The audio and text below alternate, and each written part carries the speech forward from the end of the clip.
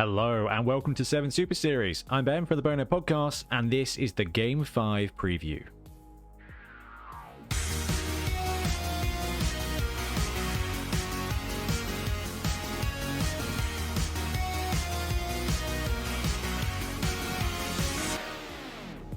Seven Super Series is our escalation league for the best way to play Blood Bowl Sevens. Sevens is a fast play variant with a smaller pitch, smaller teams, shorter halves, but bigger gameplay. We've got 5 teams facing off against each other across 10 weeks, then we'll take the top 4 teams and through a series of knockout playoff games, determine the 7 Super Series 3 champion. This is an escalation league, so no permanent injuries, and before each game a team plays, they will receive a single skill depending on their team tier.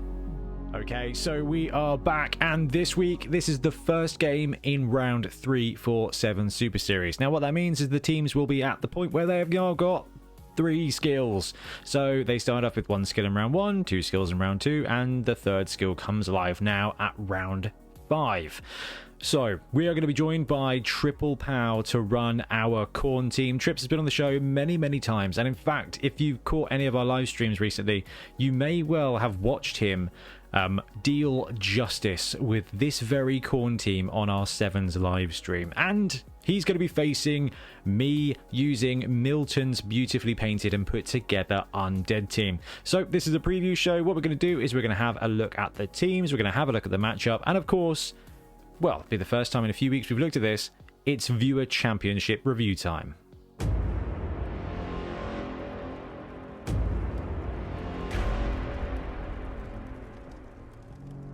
Okay, the first team we're going to look at is our Khorne team, the Golden Skulls. Now, Trips is going to be piloting this one, and I think it is basically the same roster that he ran on the Sevens live stream, which is 3 Bloodseekers, a Khorne Gore, and 4 Marauder linemen.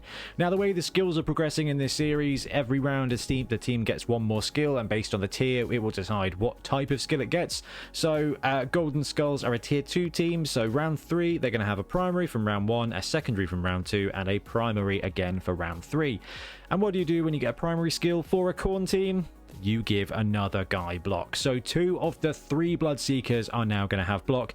The Khorne Gore got leader in round 2 for that reroll for the team, and they've got 4 Marauder linemen, so they've got a bench there as well. I think when Trips ran this on the live stream, there was slightly different skill distribution, but this is Sevens.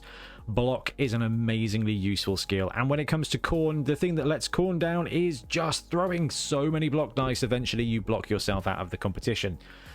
Well, when these strength 4 die frenzy blockers are now striking with block, it's going to be a very consistent thing. So look for them to both basically overperform in the mosh pit. And if something does go violently wrong, which is appropriate given this team, the Khorne Gore with that leader ability is going to be able to just save them from that double skull when it happens.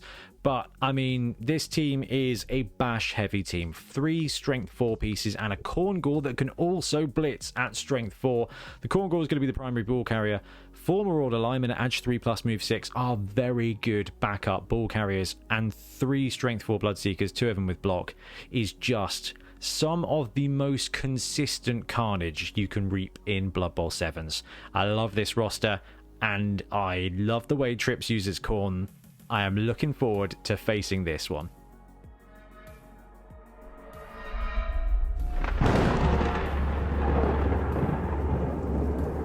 Be facing that team with Milton's Undead team here. We've got the Carabag Carrion, and the Undead team have been really good. They are a strange mid-range team in Sevens. There's a couple of really good things you can do with them. Now, the roster we've gone with is 2 White Blitzers, 2 Ghoul Runners, 2 Skeletons, and 1 Zombie. Now, by design, that Zombie is slower than the Skeletons, but is there to be fed to a big guy or someone that we want to keep in contact. And there's going to be plenty of opportunity for that Zombie to overperform in this game. Basically, the Zombies and the Skeletons are going to get fed to those Bloodseekers to keep them away from the real meat of this roster, which is the 2 White Blitzers and those 2 Ghoul Runners. Now, both those Ghoul Runners have got block already, so movement 7 blodgers. Although there's a lot of strength on the Khorne side, those blodgers are going to be quite hard to take down. Dice will be there'll be some good blocks thrown against them, but block and dodge is going to keep them all right for most of the point.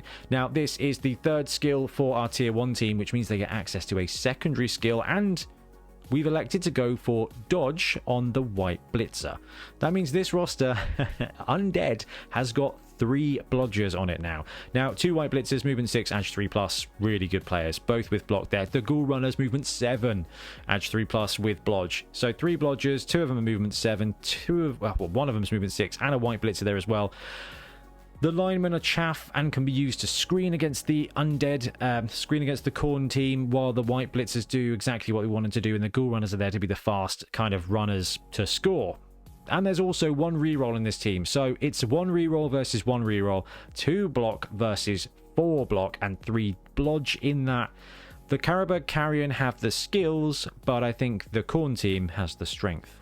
Okay, we've looked at the rosters. So we've got a Khorne team now that is advancing. They've got that integral reroll with leader. They've got 2 of their 3 Bloodseekers with block. And on the Caribou Carrion side, we've got 2 movement 7 blodgers and 2 movement 6 blitzers. One of them who's also a blodger because of that double skill. Reroll on both sides.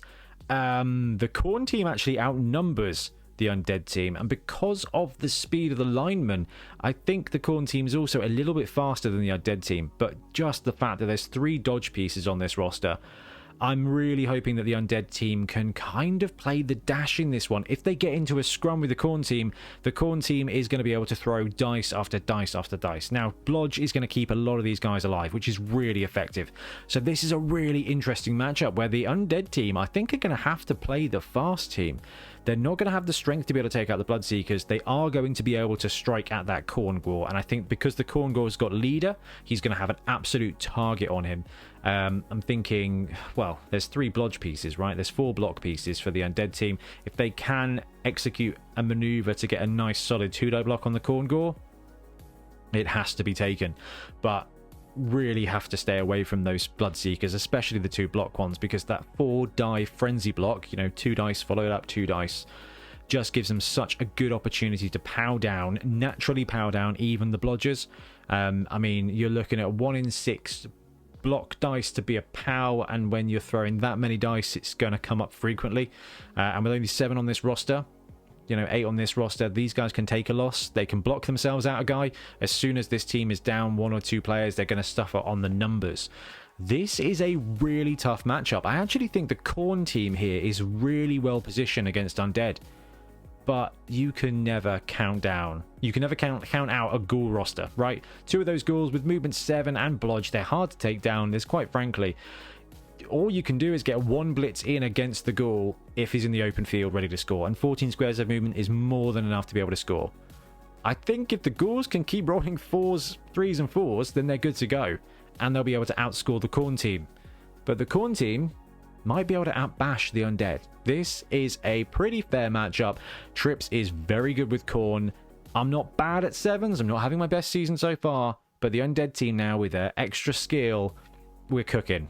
Tier 2, Tier 1, really good matchup. Now that takes us to our viewer championship. So this is the first time in the last few weeks we've had a look at it. We had a bye week because of the tournament, and before then I didn't have the equipment with me because I was on holiday. So we've had 2 matches. What the viewer championship is every week we'll have a preview match for the upcoming weekend game. Obviously, we're going to be Khorne versus Undead this week, and we want you to let us know what you think the outcome is going to be, who's going to win, and what's the score going to be. We'll give you 3 points if you guess the correct outcome, and a bonus point for each team whose score you guess correctly. So if you think Khorne are going to win 3-2, and they win, you get 3 points. If they score 3 touchdowns, you get another point. If the other team scores 2 touchdowns, you get another point, regardless of what the outcome is. So you can score up to 5 points. Now, I've had a look at the scores, and we've had a lot of movement in the middle of the pack. The top of the pack hasn't really changed at the moment, so the score is getting a bit close. Where are we? We're week 5 of 10 regular season games and 3 finals, so there is plenty of time for you to get in there and get some points scored, because points are going to win prizes, and at the end of the season, the players with the most points will win the most loot. Stevie is still there at 11 points. In second place with 10 points, Adam Pike, Chris Stevenson, Olabayu, Richard Stone and Sidith B. Third place with 9 points, Dan Pritchard. Fourth place with 8 points, Gecko 8, Lonnie Live, Turl Shockley.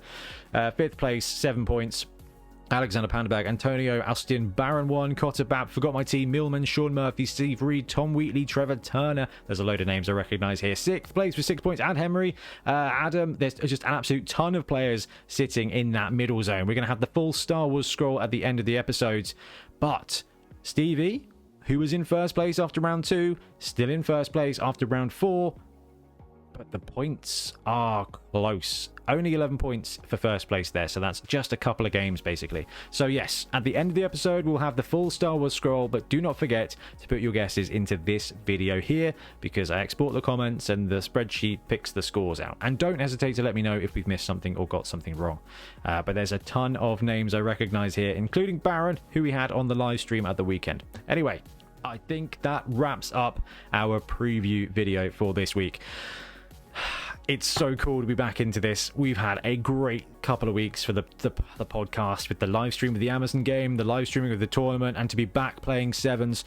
The cool thing is, this is one of the videos that we filmed using the most recent technique, which is the 4-point slider cam with the PTZ 1080p proper camera. So hopefully you should have much less camera shake, so it's going to be a lot less like the beginning of Saving Private Ryan. As dramatic as that is, it's not the best for a sports thing. And then it should just be a bit of a better quality. There's one more game I think we filmed old school, but then the rest of the series should be like this next game. So thank you for sticking with us. Hey, we try and get better every single time.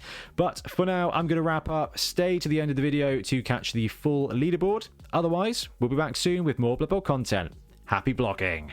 Thanks so much for watching. We really appreciate your support. If you want to support the channel even further, please like and subscribe. It really does help us out. Or come join us on YouTube Members or in Patreon, where you can get exclusive access to some content, some loot, early access to basically everything we do, as well as regular competitions. Or you can pick up some Bonehead Podcast loot either on our website at boneheadpodcast.com. We've got the Dungeon Bowl things, we've got tokens and stuff like that, or on our Spreadshirt site as well. Everything you do just helps us make more content and hopefully do it of better quality. Anyway, thank you very much for watching. Happy blocking.